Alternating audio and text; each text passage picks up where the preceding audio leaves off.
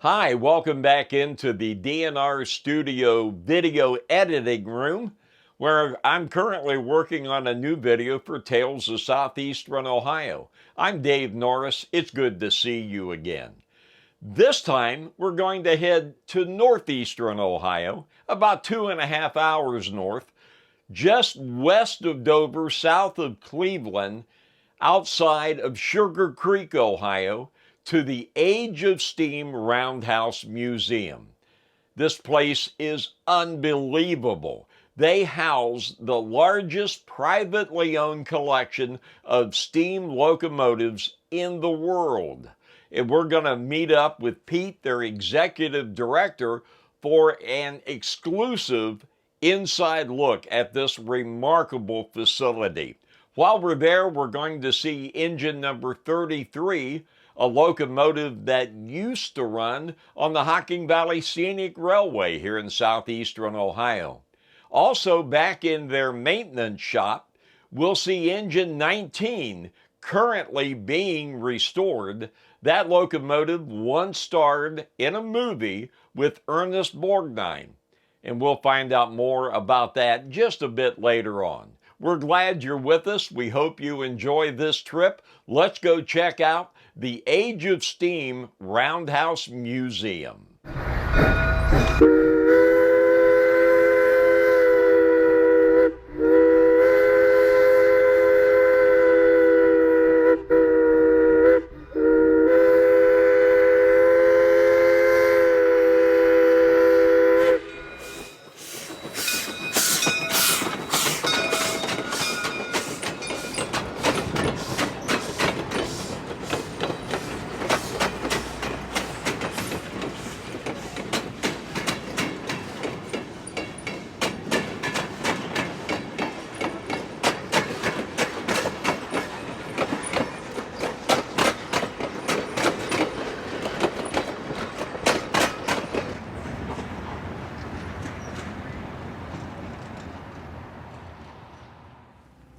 Hello, I'm Pete Poremba. I'm the Executive Director here at the Age of Steam Roundhouse Museum in Sugar Creek, Ohio.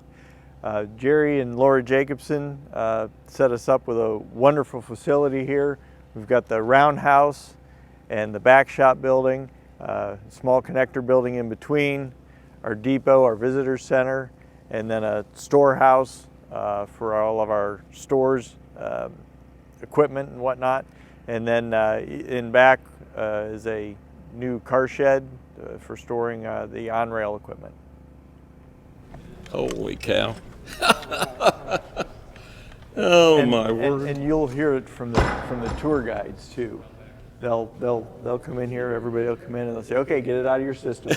Do your wow. Yeah. Because everybody does it. Oh, I could see why. Oh, geez. Yeah.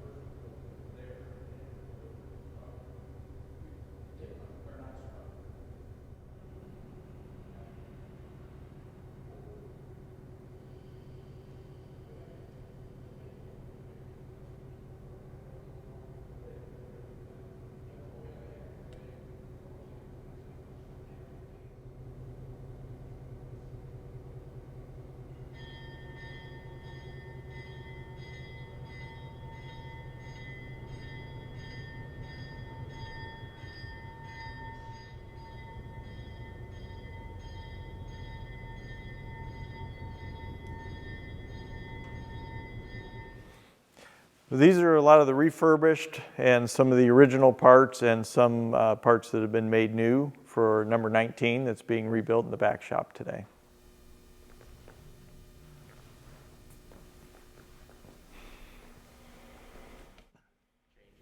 Here are a few more parts for engine 19, a rather famous locomotive, and we'll tell you more about that in just a little bit.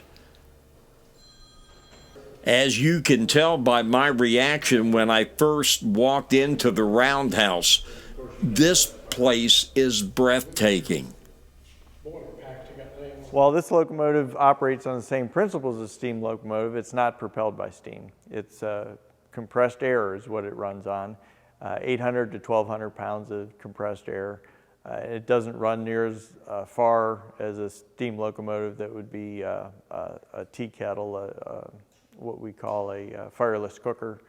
But it would be used in the same type of setting where you don't want to have fire and sparks coming out of a firebox. In a sugarcane field or tobacco plantation, or where there'd be armament on a Navy dock, places like that.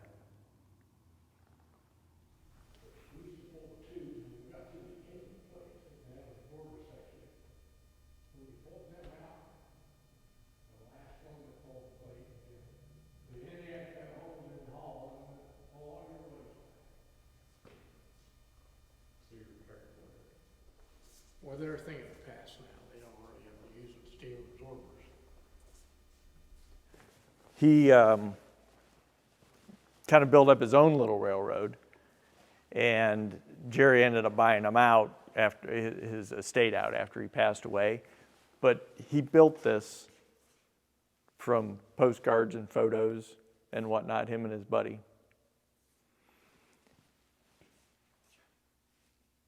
You can see it's not, a true railroad caboose. It's got a lot of the parts on it and whatnot.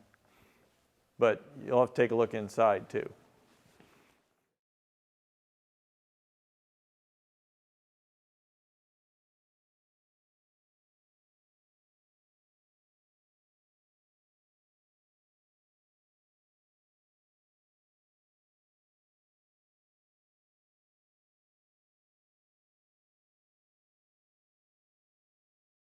Our founder, Jerry Jacobson, has his mausoleum just across the road from the Roundhouse. He chose to be interned there so he can be close to the Roundhouse and the goings on here. Well, Jerry was getting these for one reason or another. Yeah. Sometimes he'd buy some locomotives, they'd throw a little one in, or that's a neat one over there, can you throw that in for a little more or something? And he had use for some of the switchers.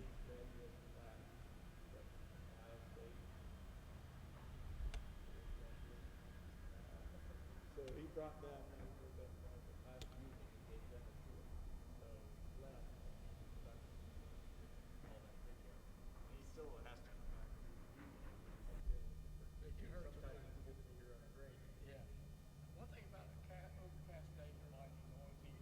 As you can see while standing here on the turntable, there are not only over 20 steam locomotives on the property, but as we look around, there is a great variety of diesel locomotives as well, right here at the Age of Steam Roundhouse Museum. I took a trip just trying to be cheap, just trying to get them on there, and you lose them. Now you just click away. I went out to Bar Harbor, Maine, went up to Cadillac Mountain, and the park there, Arcadia National Park. I bet I took 100 pictures. I got you shooting, black and white or color or what? He says, it's a long time since you've been doing photography, hasn't it? I'm standing on the 115-foot working turntable that services the 18 stalls of the Roundhouse. And this Roundhouse was the first working roundhouse built in the United States since 1951. Power for the fuel. I read where. But you have to have 2 crankshafts. There's a new, I think it's Kia. It's going to come out with opposed cylinders. I think I read something. Out in our yard here at the Age of Steam Roundhouse Museum, we have a full working water tank. Our lamps at our derails are always lit, just as they would have been back in the 50s back into the 20s. Many of our buildings are authentic from railroad yards, and we have some buildings that have been built to look authentic, that hide some of the modern equipment that we need to run the Roundhouse these days.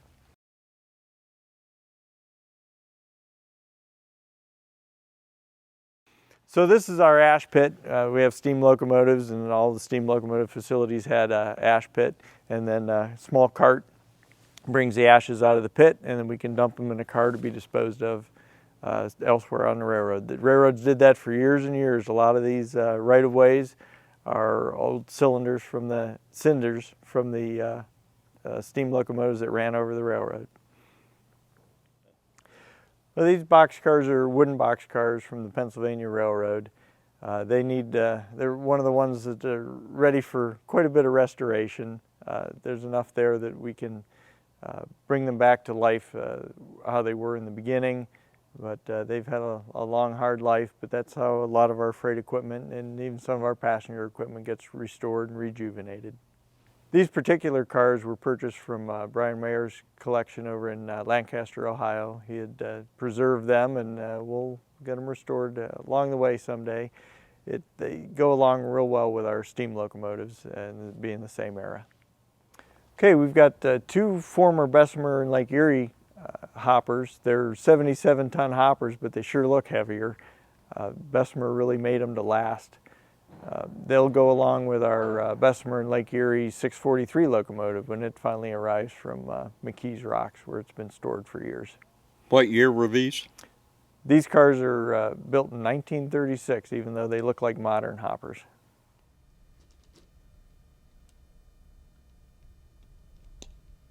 I'm gonna make sure I'm not in the shop. Right. I don't think the camera could stand.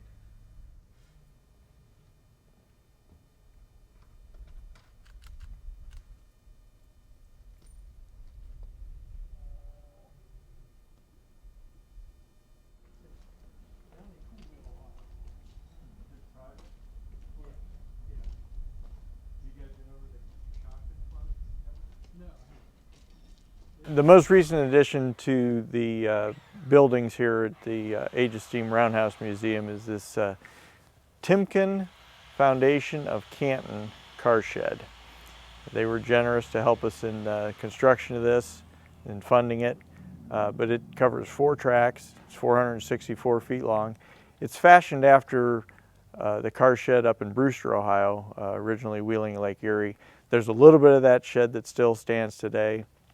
Looks a lot like this one. It only spanned 2 tracks, but that's what we're trying to capture here, the essence of the actual railroad buildings. That's one of the reasons Tim wanted to send that car up, so we wanted to kind of show off the newest paint.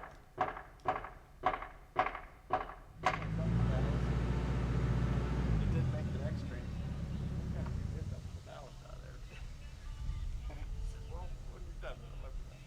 It occurred to me while we were walking the property with Pete that it was like we had walked back in time. The attention to detail on the rolling stock and the way the grounds are kept, it is extremely impressive to just take it all in. Jerry would have railroad people in. He gave tours. Sometimes 3 buses come in, but it was people who were on a kind of a railroad themed tour. I'm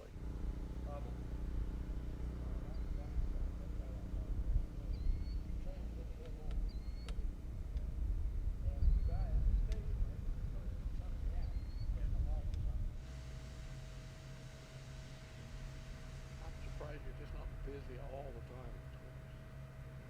This is the back shop area of the Roundhouse where all the heavy work gets done. It's a little more modern in here. We have to have the modern facilities to do the work that we do, but there are many machines in here that are from the steam era because that's when the machines were built to build and rebuild steam locomotives.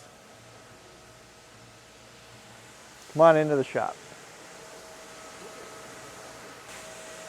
We have house our diesel locomotives in here sometimes, and sometimes they need work. Our steam locomotives that are being worked on.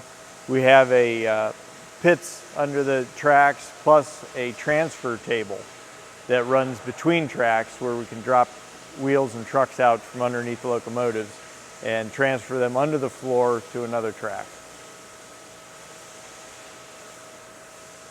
Number 19 is one of our famous locomotives. It was in the movie Emperor of the North with Ernest Borgnine as a conductor, and the locomotive was featured prominently in the movie.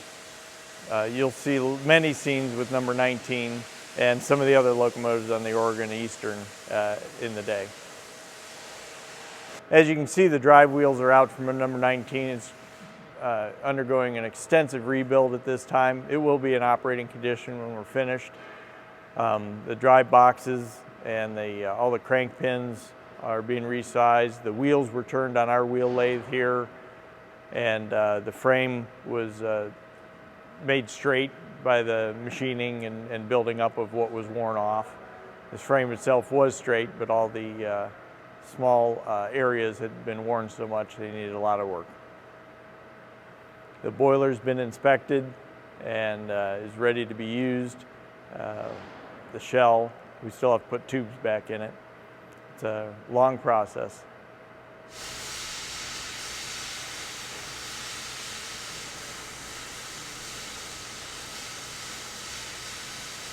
Uh, 3960 here is the last existing locomotive that was built in the Brewster, Wheeling Lake Erie Brewster shops just north of here.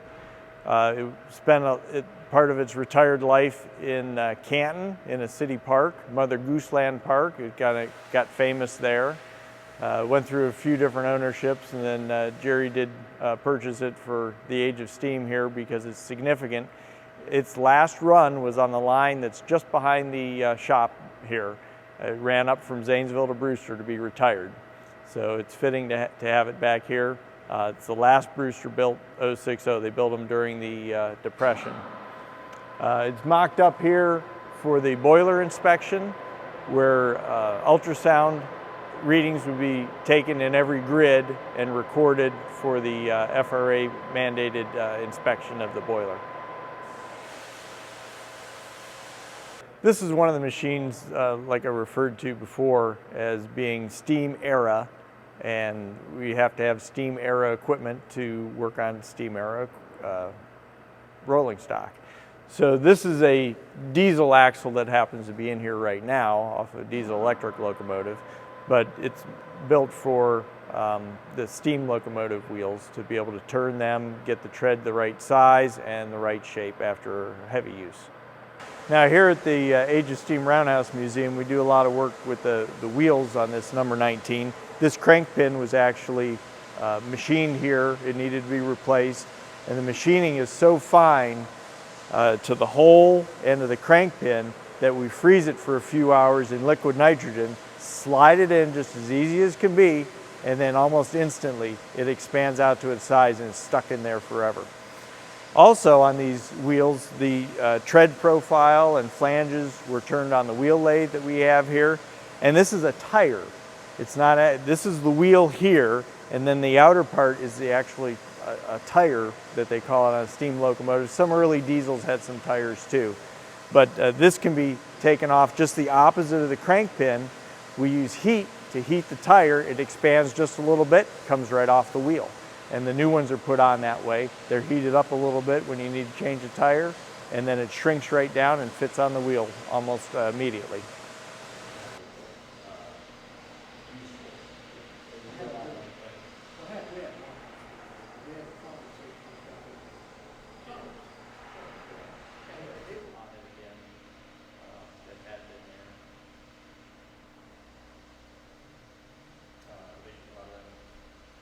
Our Roundhouse is a unique design. It's one of a kind. Jerry and the architects and Tim Spizzato, our chief mechanical officer, John Corns, they all did a lot of research on roundhouses and construction and put their heads together, came up with the best design for the roundhouse. All this timber, all 18 stalls have timber frame, roof, ceiling, the beams holding it up. All sourced as local as possible. Of course, when you get that much timber, you got to reach out in the neighboring states. All the brick in the buildings was fired here in Sugar Creek at Belden Brick. just up the road. The fill that we used in the whole area came from Belden Brick as well. They're overburdened when they were mining the clay. One of my favorite stories about when they were sourcing the timber, we used some of our railroad suppliers who had over the years supplied ties and bridge timbers and whatnot. But they went out to the farms where the trees were grown and whatnot. And one of the suppliers said, well, we're going to have to go into the back 40 or 50 acres or whatever he had there. He says, Grandpa told me years ago, don't cut that. There's going to be a project someday. And today's the day. This is just another example of one of the many freight cars here at the Age of Steam Roundhouse Museum that's being refurbished. This one just came into the Roundhouse again today, but it was in here a few weeks ago. We opened the doors like this, saw the great big hornet's nest hanging up there, closed the doors, took it back outside until it got a little more frost on it. So now it's ready to be refurbished. We pulled the hornets out and we can move on. Here's a nice example of several different types of couplers that were used over the years. This is a early safety coupler that works automatically to open, and then it'll close when another like coupler comes along and couples the two pieces of equipment together. Now, there were link and pin couplers. This was used in a steel mill, and a link and pin could be used on this same coupler. Those were pretty dangerous because the brakeman would have to drop the pin in and hold the link when the coupling was being made.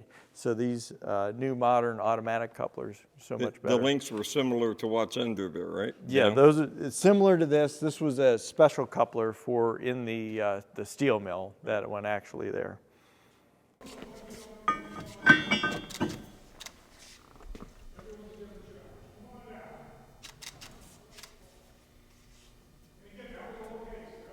This was a favorite area of our founder, Jerry Jacobson. He liked being in this area with these windows and just being able to look out and see the weather and have his roundhouse here with him. And he said, boy, wouldn't it be nice if we had a coal stove here that we could all sit around and chat? Well, guess what happened? They put the coal stove in, and Jerry would spend hours here chatting with the Roundhouse employees and some of his former employees from the railroads and whatnot, and stoke the coal fire and just have a wonderful time. The 1551 is the first locomotive that Jerry used extensively here at Sugar Creek to do our excursion tours back in the early 90s, late 80s he started. But it was undergoing a restoration when he sold the railroads, and they just threw all the parts together, and here it is today. We haven't done any more restoration on it.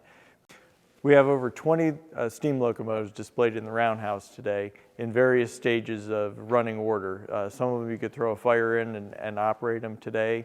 The number 12 does operate whenever we need to operate a locomotive. And some of them need extensive work like the 1551 here.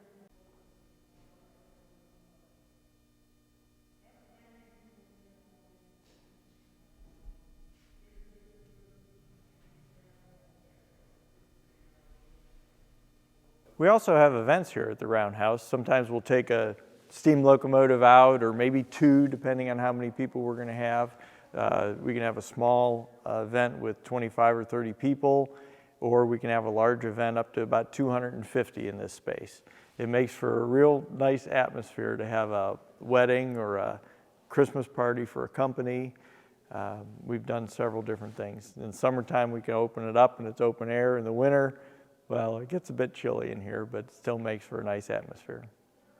Number 33 here is a iron ore hauler. Been mostly out of state during most of its working life, but it has some history here in Ohio on the Hocking Valley Railroad, Scenic Railroad. It pulled excursion trains for a lot of years. Jerry finally was able to get it in a little bit of a trade deal and fix it up again at Morgan Run Shop to operate. It was operating during our Denison Railroad Festival back in the early 2000s.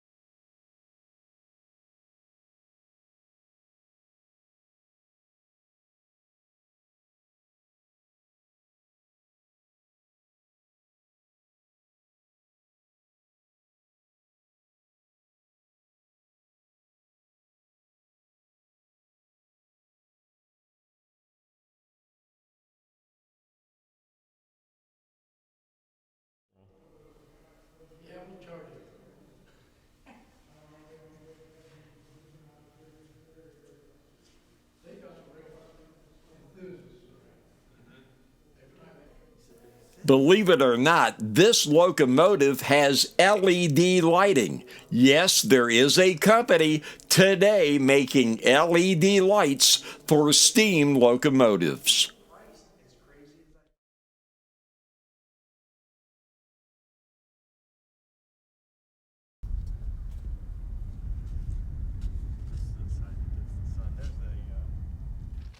This is a mail crane that we've rigged up here at the Age of Steam Roundhouse Museum. We've got a car with the arm on it to catch the mail bags. This was when the trains wouldn't stop and pick up mail. There'd be a bag suspended between here, and the train could be doing 60 miles an hour, and the arm stick out and grab that, and the clerk inside would kick the outbound mail out the door at the same time. That was mail delivery.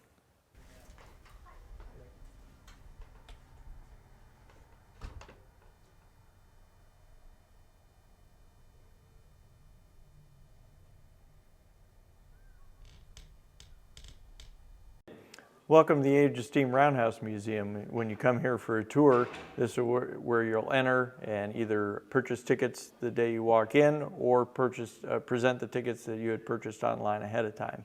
We have our gift shop area here, and the tours will come together and congregate to begin and then end here as well when you're finished with your tour.